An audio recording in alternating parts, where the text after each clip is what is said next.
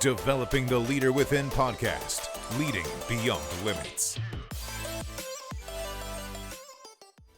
Welcome back, everyone. If you haven't subscribed, please do so right now, as it'll help getting our show to others and help us get to our next milestone. Make sure to catch us streaming on Roku and Amazon Fire TV on the Purpose Place Network, and catch our exclusive members-only content, Going Deeper Within, on the Lions Guide Academy. And today we are speaking with Dave Rosenberg. Dave is a professional keynote speaker, a coach, accountability expert, a Navy veteran, and author. After 30 years in leadership positions, Dave's leadership experience is practical, not theoretical. He has been the president of 4 organizations and has consulted with hundreds of companies across the U.S. Dave, welcome to the show. Enrique, it's great to be here. I'm really excited about today's conversation. Well, I'm so glad to have you with me, brother.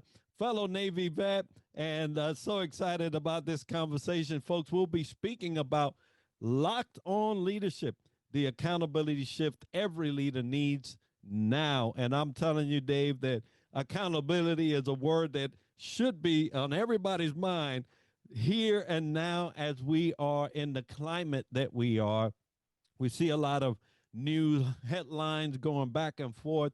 And if one word rings true on all those areas, is accountability. But before we get into that conversation, tell us a little bit about you. Yeah, well, I mean, you kind of gave the bullet point, former naval officer. I served 87 and 93, so Desert Shield was my conflict at the time. And after getting out of this service, I went into sales and sales management, and did well. And at one point, one company, their operations was a little shaky, and I pulled upon I was an officer, so I pulled upon that experience and said, hey, I could support you there. So I ended up VP of operations. And from there, I'm like, wow, I could sell it. I can manage the installation, the operational side of it. Why don't I do this for myself? So I started my own business, sold that in 2009. And from there, I was blessed to get picked up and run a few other companies since then, in different industries. So I'm really industry agnostic in my career. And that's shaped a lot of what I do today, right? Because people think, oh, you need to be an expert in. Yes, but the in part is followed by leadership, not in the industry. And then in 2015, I started coaching and consulting and speaking. And really, that forced me to sit down and take a look at what I did historically, which goes all the way back to Navy days, and start writing that down. And because my degree is engineering, so I really want to be systematized in everything. And now today I have the leadership doctrine of radical accountability. That's the name of my doctrine. And it's a methodology to get teams to willingly do what they need to do, when they need to do it, with pride and precision. And I love that you leveraged your background. And a lot of folks that come out of the military, they try to integrate with the next phase of their life and putting that aside, when in reality, all of that history does play and does have center stage on what you can do forward. So for those of you transitioning and those of you moving on from the military to the civilian life, choose to value that experience and bring it into wherever you are as needed and as appropriate, because we know that some people don't need that or want it, but it's still valuable. And so that's great that you did that. I just want to jump in because I think one of the key things that's rarely talked about in leadership is the idea that everything happens for us, not to us. And so even if you had a bad military experience, and there are folks, you and I both know them who did, but if they look at it from the right viewpoint, then all of a sudden there's a lesson there and there's room for growth. And as long as we're growing, everything's phenomenal. Absolutely. I totally agree. Now, Dave, in Locked On Leadership, you emphasize that accountability begins with clarity. So, what are the most common clarity gaps leaders unintentionally create, and how can they close them before they become performance issues? Sure, great question. And there's really two.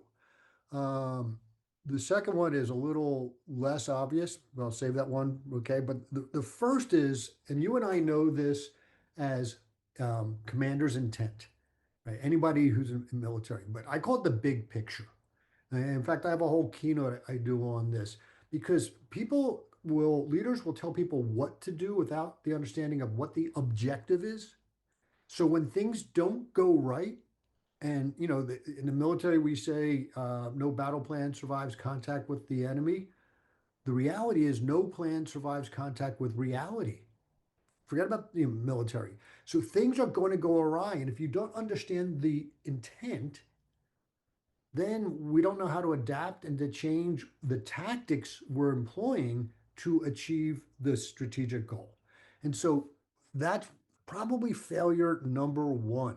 Have the big picture. There was a study done by Harvard Business with the Amazon MTurk group. So MTurk was a group that Amazon, they couldn't identify pictures. AI wasn't really strong. This is some years ago. So they would give hard to identify pictures to humans to say, what is this? And the study, they took two groups of people. One group, they said, identify these pictures. The other group, they said, the results will be used for diagnosing illness. The people who knew what the reason was were 25% more accurate. When you have the big picture, when you understand why you're doing what you're doing, people are more engaged and they tend to get better results. So that's got to be the biggest miscommunication is understanding the purpose. Yeah, and I've often had conversations about commander's intent, and I often also say the spirit behind the policy. What is the reason behind or why that was created? And you'll notice that in a lot of those conversations, people just were not aware of what that really meant or where that person was thinking or going based on when they wrote that policy or when they said these directives. And very true that once you have that why, the reason, the true reason, you can be a little more clearer. So thank you for sharing that. Now, talking about giving orders and things of the like and showing intent of the future, there is a climate now and has been for a while where leaders tend to blame versus take ownership, right? And so we're seeing a lot of that play out in today's news. But you often talk about shifting from a blame culture to an ownership culture. Sure. What practical steps can leaders take to make accountability feel empowering rather than punitive? Sure. Well, let's start here.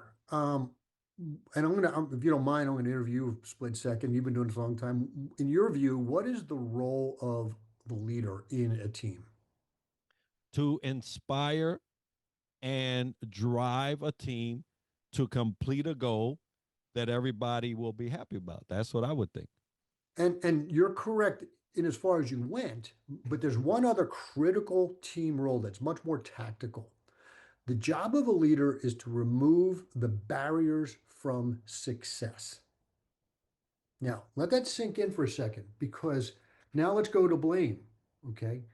If something goes wrong and I start blaming you, if you're my team member, I'm really saying you screwed up. But the reality is something went wrong because there was a barrier to your success that I didn't foresee and remove. So the fault starts here. Once a leader gets her head around that when success belongs to the team and failure belongs to the leader, because my job is to prevent failure, then all of a sudden I realize if I'm blaming you, I'm actually blaming myself. Okay, what did I miss? And this is step number one. As a leader, we have to go, where did I fail you as a team member? Yes, you did fail, right? It's not an either or, but you failed because I failed. I didn't give you the training. I didn't communicate something clearly, right? There's something wrong that I could have done better. So it starts with recognizing that. The second piece is understanding that it's not about blame. It's not even about correction. It's about growth.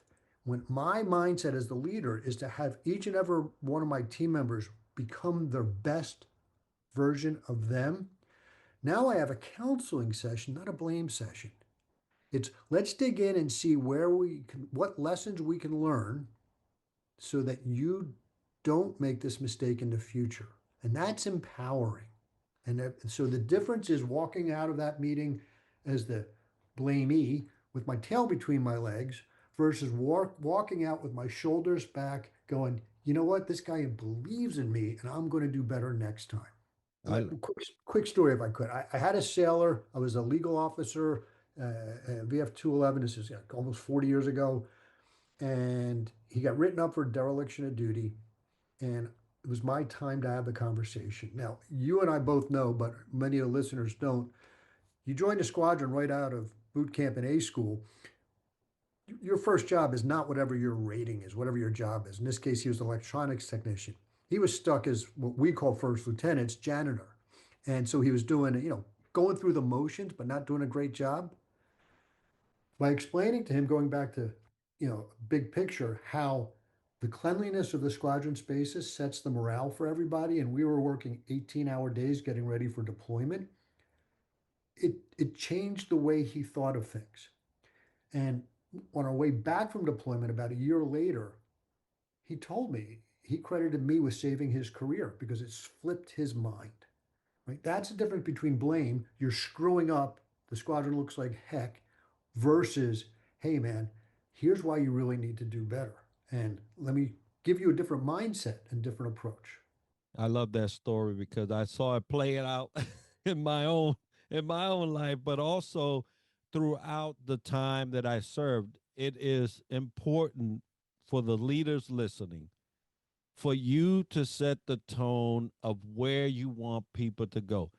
If you are blocking them, if you are shunting them, cutting them off because you think they did a poor thing, and don't give them a way up and out, you have just basically stopped that growth. And you have not been a leader, you've been a devastator, to say the least of the words, and you have not helped anybody out, including yourself, right? So great story there. I love that. And a lot of leaders, and I'm not gonna lie, once I got out of the military, and I saw it some in the military, but more prevalent in the civilian sector. There was a lot of blaming, excuses, deflections of the responsibilities, right? So let's talk about that for a little bit. How can leaders model accountability in a way that cascades through the entire organization, especially in environments where excuses or deflections have been the norm? Well, let's start by defining what accountability is. So, accountability is not the blame conversation or the you screwed up conversation. What I call a counseling session, actually, that is a tool of accountability, but it is not accountability. Accountability is literally your ability to account for yourself. Account comes from the Latin word computere, to calculate, and it really it's about following a process or procedure because you can't calculate without having a set procedure. So if I said to you, account for yourself, what I'm expecting you to do is tell me exactly what you did. So if we think of accountability as, and that's why I define radical accountability as people willingly do what they need to do, i.e., follow the procedure when they need to do it with pride and precision, meaning accurately. So first, let's start off by understanding that. So now let's go back to what I said earlier about a leader's job um, is to remove the barriers from for failure or barriers from execution. And so that means I'm part of that process. So when I start off by looking at how I did wrong, I'm now modeling the behavior I want others to do. I'm saying it's okay to make a mistake. What's not okay is not learning from that mistake. And so now people will start owning their mistake. And we saw this in the squadron. The special forces groups, our operators do this really well. In order to survive, you have to be willing to say, I screwed up. Here's where I screwed up. Here's my lesson learned from it. I'm not going to do it again. And learn from it and not do it again. Because if somebody continues to repeat either the same mistake or sometimes that mistake is a head work mistake, the thought process is wrong, just applied in different scenarios, then the leader's job at this point is to go, you know what, this is probably the wrong team member or in the wrong position, not to his strength. So again, removing barriers to success might mean setting people up for success by moving them elsewhere, whether it's elsewhere within the organization or maybe an organization where they might fit better, which is not your own. Right? But when you do it from love and caring and from growth and you own your own stuff, now you know, right? I'm not modeling blame, I'm modeling taking responsibility. It starts there. I love that. If we had more in line with that process, we would be so much better as a organization, as a community, as a nation, because it is what you communicate, it is what you drive, it is where you lead that makes the difference. And if you can identify that, and I fully agree with that. Hey, some members are misaligned, and your job is to find out why. That's, as a leader, your job is to find out why and how you can align them better so that they can thrive, right? Sometimes it is to move them to another organization that may suit them better, or a position like you just mentioned. Yeah, and I'm going to throw this: the best leaders, they're not just firing somebody and saying go find someplace where you thrive. They're understanding what it is that individual wants and then facilitating that. So, maybe you want to be a chef, but you needed a job and you took the job with me. And I'm like, listen, you really want to be a chef? And I figure out how to facilitate getting you into that. Now, when you leave, instead of feeling bitter, oh, he so and so did. I had a guy once, when I was VP of operations for a communications company, tell me he was late twice, 2 weeks in a row for a meeting where he actually lived in an apartment in the same building. Yeah. And he was a young guy, single guy, spent his time in Tijuana partying and was hungover. And when I fired him after telling him, if this happens again, we're going to let you go, right? So he had fair warning. This was not like out of the blue. And he had full control of whether it happened again. And it did. So I let him go. And he goes, you had it in for me, right? Well, obviously I didn't, but I had to protect everybody else. When you help somebody actually do what they want to be doing, what they'd rather be doing, instead of saying they have it in for you, they say, you had my back. Yeah, most definitely. And you can't control what people will come at you with, but you can control your narrative and how you execute. And so, in leaders, or in leadership, you have the opportunity to do that. And a lot of these things, as you mentioned, you gave them fair warning, and communication is vital in all things we do, right? So, what role does communication rhythm, let's say, play in driving accountability, and how can leaders design systems that help their team stay aligned and locked on without micromanaging, which is another big ticket item? Right. And micromanaging, just real quickly, comes down to not understanding your role, right? Because when you're micromanaging, you're doing the job. And so even if it's by remote, meaning do this, do this, do this, do this, you're just a robot now for me doing the job. If a leader's role is to remove barriers from success, then when does a leader jump in? When something's going wrong. If I'm micromanaging and things aren't going wrong, I'm actually sending the signal something's going wrong or I don't trust you. those are both morale killers. And so, that's but the role of communication or communication rhythm, and they're related, obviously. So communication is the lifeblood of information, is the lifeblood of any organization, really.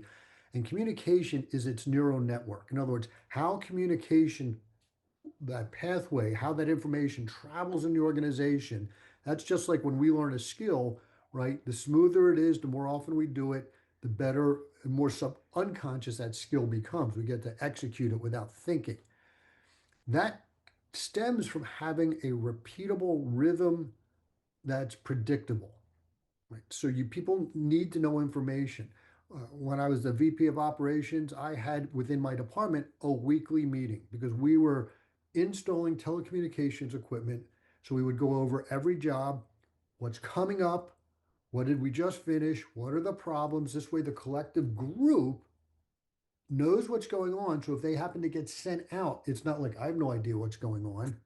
You know, Billy McChrystal, the General McChrystal, wrote a whole book on this because they did this for the entire special operation group globally during the early days, in Afghanistan, because people didn't know what was going to connect the pieces by having this informal information stand up, through telecommunication. Now people knew enough things going on to be able to put the pieces together. So regular meetings is absolutely critical. That frequency is up to you. What's going on, right? There's no hard and fast rule depending on the size of the group. So, we were a team of about 15 people. We met once a week. If it was a company of 5,000, I wouldn't expect you to get together once a week, but once a quarter, maybe once a year, something like that. So, having regular meetings is absolutely critical, and then making sure the information is flowing. If you want information to flow to you, it needs to flow from you. People will emulate what you do. So if you're holding cards close to your vest, and yes, there are things that you can't let get out. There's an acquisition coming on. There's things like that. But in general, the more information people have, the better decisions they're going to make. It's that simple. And I've seen a lot of times where holding things near to you as a leader have been devastating. There was a situation that you bring to mind as you're talking where there was a big company shift. I mean, it was big. Uh, Jobs were going to be lost, positions were going to be realigned, and they were holding that to like the very last minute. And I said, hold up. There are people's lives that are going to change from one day to another. You don't want to give them a heads up so that now they can go and try to find a place where they can relocate to, or and they wouldn't. And I was pissed as a Yeah. leader. I said, there's no way I can let my team uh end up in a, you know, 5 alarm fire situation where they now can't recover from easily. And so I made a decision that I would prepare my team. Now, I paid the price for that, but my team survived. And so, it's one of those things that as a leader, I'm okay with if I have to pay as long as they didn't. Yeah. You're talking about what is one of the most critical aspects of leadership, which is one, knowing your values and then honoring your values, right? Because what this management team did by doing that is those survivors, their trust was in the toilet. So now performance is in the tank because they can't be sure. Is it going to happen to me? I'm going to hunker down. I'm not going to stick my head above. I'm not going to make bold decisions. I am not going to be innovative. I'm not going to rock the boat. Why? Because I don't know what's going on. And when you lose innovation as a company, it's a death knell. Yeah, most definitely. Now, a lot of times we talk about accountability at the personal level, at the unit level, but we know that all of those things drive results, right? If people are accountable and they do what they're supposed to do when they're supposed to do it, and as is expected, then we see great results. And you say that accountability accelerates results. Can you Absolutely. share an example from your experience where a leader improved team accountability and saw measurable performance improvement? Plenty of experiences. I'll tell you, on average, my clients see a 32% annualized increase in net operating profits. Okay, but I'll give you more specifics on that. One comes to mind, probably one of my biggest success stories was a digital marketing agency. So they were completely distributed, i.e., 100% virtual. They were global. So they consisted of SEO writers. So they were industry specific, i.e., meaning they focused on one industry that they excelled at getting really amazing search results. And they did this by rewriting the web pages, then writing the regular content and blogs. So they had writers for that, and then doing all the technical SEO and all the back end things that need to get done to make sure the site is clean so that Google will rank it well. And they were burning through writers like nobody's business, because they had a very formulaic way of writing. I don't mean the articles were were all the same, but a methodology for the writers to follow to ensure that it ranks well. And people were being late, they weren't being held accountable, so blogs were being published late, and people weren't being very satisfied. Once we implemented radical accountability, and I worked with all of their supervisors and managers on how to hold people accountable in a uplifting way, like we've discussed, we developed even more extensive processes. They had processes around how to write articles, but about everything from how to publish a website, everything, so that there was a known most efficient way. And when you have a written process, now you can iterate that process. Now you can go, how do we improve it? Because we're starting from a known point. And at the end of our 18-month engagement, they actually saw 44%, just shy of 44% increase in net operating profit. And that was only on 11% revenue growth. So that's the thing, it's disproportionate because you're making people more efficient. If you only do something once and do it right, you're more efficient. That means you can produce more with the same number of people. So your salespeople can sell more without you having to add to your overhead, right? It's a cascading effect. I love that story. Yeah, folks, you don't understand the power of one until you see something like that, an example. And a lot of us have learned to be, jack of all trades, to say, right? A master of none. But if you can master that one thing, you will be amazed at how much you can do from the leader perspective and from the support system perspective, those that are doing the work and the kind. So thank you for sharing that story. That's very powerful. Now, Dave, I know that you speak. You're doing these conferences. You're doing all these different things. So for the listener that is saying, "Man, I need to get a hold of Dave. What is he doing? What's he up to? What do you have coming up? And where can the viewer or the listener follow you or support you?" Yeah, the best place to follow me is my YouTube channel. I put out videos regularly.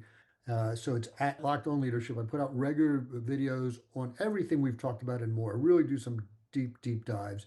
And if you go to my uh, website, lockedonleadership.com, scroll to the bottom and sign up for my newsletter. Twice a month, I send out tactical tips. And then if you are looking for somebody to speak at a conference or looking for some support, contact me through my webpage and let's have a conversation to see if it's a good fit. All right. Well, folks, we'll have that as part of the video and the show notes and all the links necessary for you to get a hold of Dave and what he's doing and support him in that nature. Dave, thank you for being with us and sharing your insights on this specific topics. And folks, today's episode is sponsored by the Global Trends magazine, the Outlier Project, Fantail Services, Ascend Meditations, and Chop AI. And if you've enjoyed this episode and learned something interesting about the topic covered today, make sure to like, share, and subscribe, and let us know by leaving a comment. Tune in next week for another episode where we dissect leadership from another angle. And as we like to end the show, success to you.